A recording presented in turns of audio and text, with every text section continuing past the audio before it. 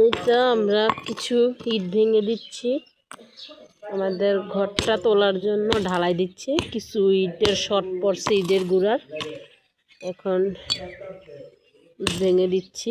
স্বামীর বাড়িতে এসে এখন ইট ভাঙা শুরু করে দিছি। আর কপালে কি আছে বলতে পারি না, চেষ্টা করতেছি করার জন্য।